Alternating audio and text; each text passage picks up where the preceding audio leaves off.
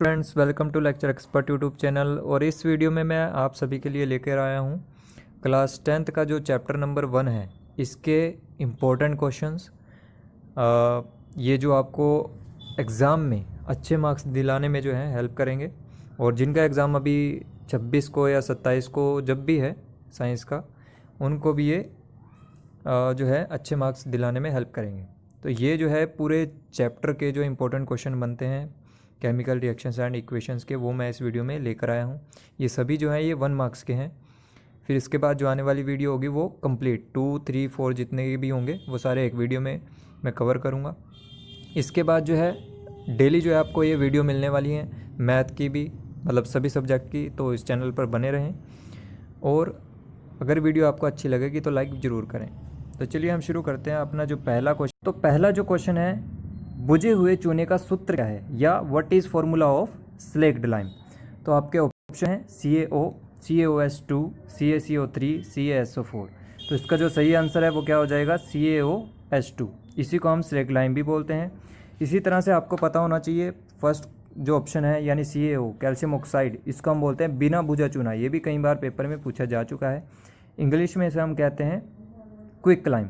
ध्यान रखना है आपको। इसी के साथ साथ हमारा जो ऑप्शन C है ये भी आपको पता होना चाहिए, कैल्शियम कार्बोनेट इसको हम बोलते हैं। यानी कि ये जो फॉर्मूला है ये लाइमस्टोन का होता है, यानी हिंदी में कहें तो संगमरमर का सूत्र, इसको हम बोलते हैं।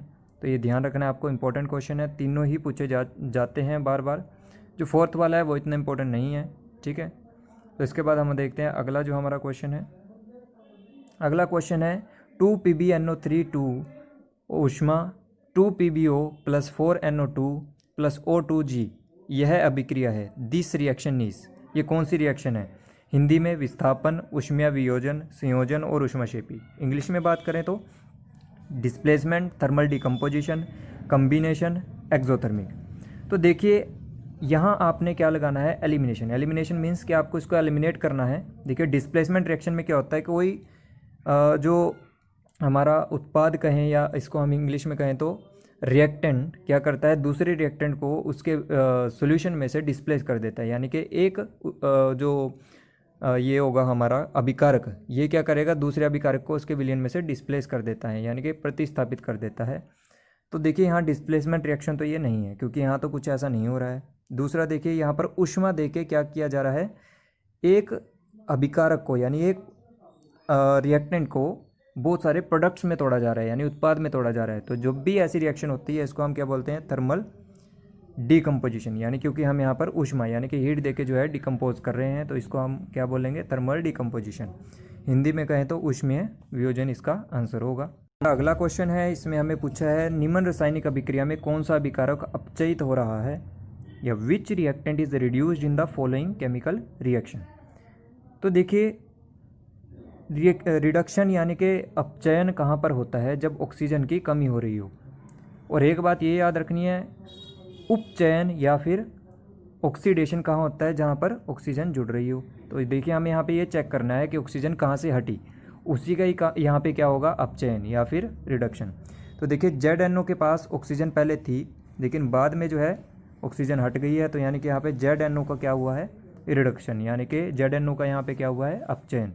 तो इसका आंसर ZNO हो जाएगा। नेक्स्ट क्वेश्चन की तरफ चलते हैं। इसी तरह के बहुत सारे जो हैं क्वेश्चन पूछे जाते हैं।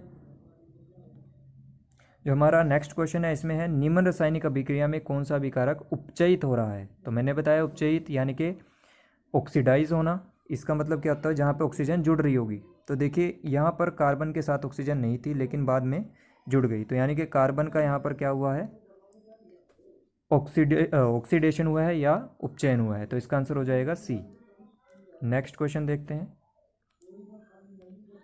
तो नेक्स्ट क्वेश्चन में है which type of reaction respiration is, या श्वसन निम्न में से किस प्रकार की अभिक्रिया है। तो श्वसन जो है, देखिए हम जो खाना जो है खाते हैं, फूड जो है अपनी बॉडी में लेके जाते हैं, तो ग्लूकोज में वो टूट जाता है, साथ साथ जो है हम ऑक्सीजन वहाँ से सांस के थ्रू लेके जाते हैं बॉडी में, तो वो बाद में क्या हो जाता है, एनर्जी में कन्वर्ट हो जाता है। तो जिसमें एनर्जी निकलती है ऊष्मा की फॉर्म में, यानी कि हीट की फॉर्म में, उसे हम क्या बोल देते हैं, एक्सोथर्मिक रिएक्शन, यानी कि ऊष्माक्षेपी। तो श्वसन एक ऊष्माक्षेपी अभिक्रिया है, यानी कि एक्सोथर्मिक इसका आंसर हो जाएगा। नेक्स्ट क्वेश्चन देखते हैं। तो नेक्स्ट क्वेश्चन है 2BgRS sunlight 2Ag + Br2 the above reaction is used in. ये रिएक्शन कहाँ पर, इस रिएक्शन का उपयोग कहाँ पर होता है? तो ये अभिक्रिया जो है ये कहाँ पर इस्तेमाल की जाती है? देखिए ये आपकी एनसीईआरटी की बुक में भी दिया है। तो ये जो है ये ब्लैक एंड वाइट फोटोग्राफी में इसका इस्तेमाल किया जाता है, यानी कि श्याम श्वेत फोटोग्राफी में इसका इस्तेमाल होता है। नेक्स्ट क्वेश्चन देखते हैं। तो नेक्स्ट क्वेश्चन है which reactant is reduced in the following chemical reaction. तो इसका ऑप्शन जो इसका जो आंसर है वो मुझे कमेंट करें फटाफट, अगर कर सकते हैं तो देखिए जो यहाँ पर है विच रिएक्टेंट इज़ रिड्यूस्ड, तो यहाँ पर फिर आपको क्या देखना है, जहाँ से ऑक्सीजन हटी है। तो ऑक्सीजन देखिए CuO, यहाँ पर ऑक्सीजन थी और यहाँ से हट गई ऑक्सीजन, यानी कि यहाँ पे CuO का क्या हुआ है, रिडक्शन, यानी कि इसका यहाँ पे क्या हुआ है, अपचयन। तो यहाँ पर अपचयन यानी कि जहाँ से ऑक्सीजन हटेगी वह उसका अपचयन हो जाता है, तो यानी कि CuO इसका आंसर आ जाएगा। नेक्स्ट जो क्वेश्चन है, तेल एवं वसायुक्त खाद्य पदार्थों को नाइट्रोजन से प्रभावित क्यों किया जाता है? या oil and fat containing food items are flushed with nitrogen, why. जो तेल और वसायुक्त खाद्य पदार्थों से बनी हुई चीज़ें होते हैं इनमें नाइट्रोजन को क्यों डाला जाता है? तो देखिए ऑप्शन दिए हुए हैं, उनका अपचयन रोकने के लिए, उनका उपचयन रोकने के लिए, उनको कीटों से बचाने के लिए, उनको चूहों से बचाने के लिए। To prevent their reduction, to prevent their oxidation, to protect them from insects, to protect them from rodents. तो देखिए जो oil and fat containing food होते हैं यानी कि तेल और वसायुक्त खाद्य पदार्थ होते हैं, ये ऑक्सीजन की वजह से ख़राब होते हैं, यानी कि इनका हमें क्या रोकना होता है, उपचयन रोकना होता है। तो इसका आंसर क्या हो जाएगा, ऑप्शन बी, यानी कि टू प्रिवेंट देयर ऑक्सीडेशन। तो नेक्स्ट क्वेश्चन की तरफ चलते हैं। तो नेक्स्ट क्वेश्चन है which of the following is exothermic reaction. निम्न में से ऊष्माक्षेपी अभिक्रिया कौन सी है? तो ऊष्माक्षेपी अभिक्रिया किसको कहते हैं, यानी कि एक्सोथर्मिक रिएक्शन किसको कहते हैं, जिसमें हीट निकलती है यानी ऊष्मा का उत्सर्जन होता है। तो देखिए वियोजन यानी कि डिकम्पोजिशन यहाँ सभी में दिया हुआ है, तो यहाँ से थोड़ा मुश्किल है पहचानना। तो देखिए जिसमें भी ऊष्मा का उत्सर्जन होगा वही इसका आंसर होगा। देखिए पहले में है कैल्शियम कार्बोनेट का ऊष्मा द्वारा वियोजन, decomposition of calcium carbonate by heat, यानी कि हीट देकर डिकम्पोजिशन करवा रहे हैं, तो ये तो आंसर नहीं होगा। दूसरा decomposition of silver chloride bye sunlight, यहाँ पर सनलाइट देकर क्या करवा रहे हैं, वियोजन यानी कि डिकम्पोजिशन, तो ये भी आंसर नहीं होगा। Decomposition of vegetable matter into compost, देखिए जब कंपोस्ट खाद बनती है तो इससे क्या निकलती है, हीट भी निकलती है, तो इसका आंसर क्या हो जाएगा, ऑप्शन सी, वनस्पति द्रव का कंपोस्ट में विघटन, यानी कि decomposition of vegetable matter into compost. Next जो क्वेश्चन है वो देखते हैं। तो नेक्स्ट क्वेश्चन है ऊपर दी गई अभिक्रिया में किसका अपचयन हुआ है, इसमें किसका अपचयन हुआ है? देखिए अपचयन फिर आ गया, यानी रिड्यूस क्या हुआ है इसमें, तो जिसके साथ ऑक्सीजन हट गई।